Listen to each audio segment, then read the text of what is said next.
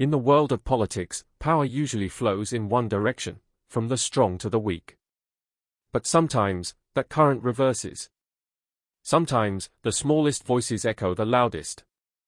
And this week, that voice came from Burkina Faso, a landlocked nation in West Africa that just told the United States of America, no. Not about aid. Not about war. But about deportation. A move so bold, it left Washington speechless, and the world watching. This is the story of how one young African leader, Captain Ibrahim Traoré, just challenged the might of America itself. Let's rewind. In early October, U.S. officials reached out quietly to several African nations, including Burkina Faso. They wanted to coordinate deportations of people allegedly linked to those countries, a routine part of immigration policy. But Burkina Faso refused. Completely. Government spokesman Jean-Emmanuel Ouedraogo announced that the country would not accept any deportees unless their identities were verified by Burkina Faso itself. It sounded bureaucratic, but beneath that official tone was a clear message. We don't take orders from Washington anymore. The US was stunned. For decades, African nations had complied without hesitation. But under Captain Traoré, Burkina Faso is rewriting the rules. To understand why this moment matters, you need to know the man behind it. Ibrahim Traoré wasn't born into power. He was a soldier, a commander who rose through the ranks not with politics, but with principle. In 2022, frustrated by corruption and foreign interference, he led a revolution that overthrew a Western-backed regime. Since then, he's expelled French troops, cut ties with colonial currencies, and forged a new alliance with Mali and Niger, forming the Alliance of Sahel States, AES.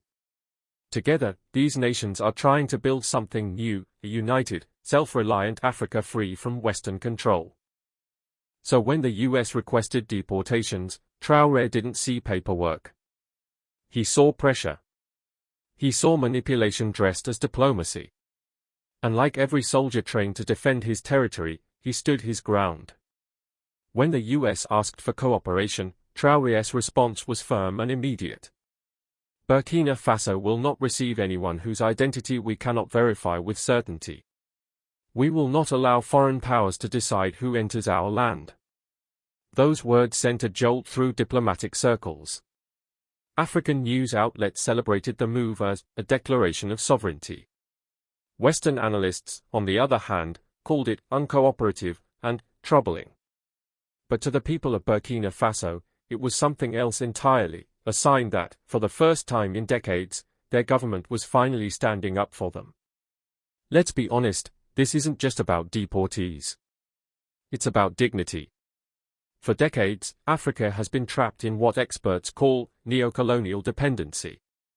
Countries may have gained independence on paper, but economically and politically, many still answer to Western capitals. Loans come with conditions. Aid comes with influence. And partnerships often mean control. Traoré understands that. He's seen how foreign advisors, multinational corporations, and intelligence agencies quietly shape the policies of African governments. So when he says no to the US, he's not just rejecting deportations. He's rejecting a mindset that has defined Africa for generations. The mindset that says, you can't stand without us. He's proving that they can, and they will. In Washington, officials were caught off guard. A US spokesperson said they were disappointed with Burkina Faso's position and hoped to resolve the issue diplomatically. Behind closed doors, frustration was brewing. Burkina Faso was once a cooperative partner in counterterrorism operations across the Sahel. But now? It's aligning with Russia for security, China for infrastructure, and neighboring African allies for trade. The Pentagon and State Department are watching nervously, because this isn't just about one country. It's about a trend. A growing anti-Western alliance that's spreading across Africa like wildfire. And at the center of it all is Ibrahim Traoré. What makes this story powerful is not the act itself, but what it represents. Burkina Faso is one of the poorest nations on earth, but in this single act of defiance, it showed a strength that money can't buy. In African culture, there's a saying: a lion doesn't fear the hunter when it knows its own strength. Traore is awakening that spirit. To the US, this may look like a diplomatic inconvenience. But to millions of Africans, it's a moment of pride. A reminder that leadership isn't about obedience, it's about honor. Across the continent, youth movements are sharing his speeches, calling him Africa's real revolutionary. And whether you agree with his politics or not, there's no denying his courage. Burkina Faso's decision has already inspired its neighbors. Niger, Mali, and Chad have all echoed similar sentiments about asserting control over immigration and border policies. Analysts call it the Sahel Awakening. A slow but unstoppable shift away from foreign dependence.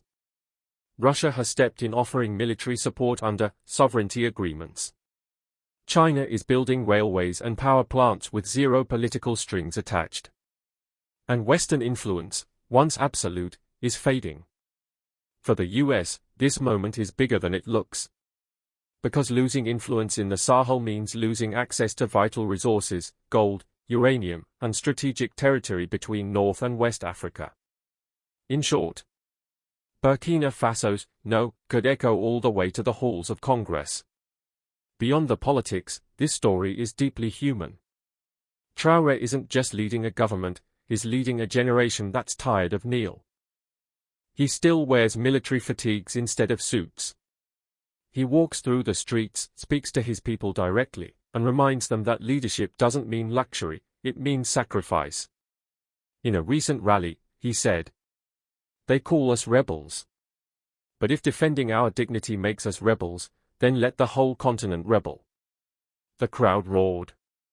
And across African social media, millions of young people echoed his words. For them, Traore isn't just a politician, he's a symbol of what leadership could look like if courage replaced corruption. This confrontation between Washington and Ouagadougou is more than a diplomatic disagreement, it's a snapshot of a changing world order.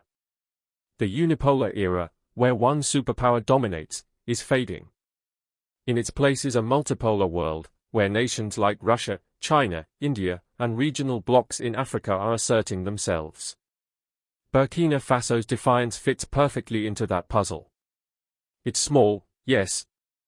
But it's proof that the global South is no longer content with following orders. Every no spoken by these countries chips away at the illusion of Western dominance. And every yes to independence builds a future where power is shared, not imposed. The question now is, what happens next? Will the US retaliate with sanctions? Will aid be suspended? Or will this force Washington to rethink its approach to Africa altogether? Whatever happens, one truth stands unshaken. Burkina Faso has already won something priceless: respect. In refusing to bow, Traore has shown the world that sovereignty still matters. That courage still counts. And that even a small nation, if led with conviction, can challenge giants. Sometimes revolutions don't begin with war. They begin with a single act of defiance. One refusal. One moment of courage. And that's exactly what happened here. A young soldier in the heart of Africa looked at the most powerful nation on earth, and simply said, "No." Because true freedom isn't given. It's claimed. And tonight, Burkina Faso has claimed it. Music swells, fade out with text, Africa is rising.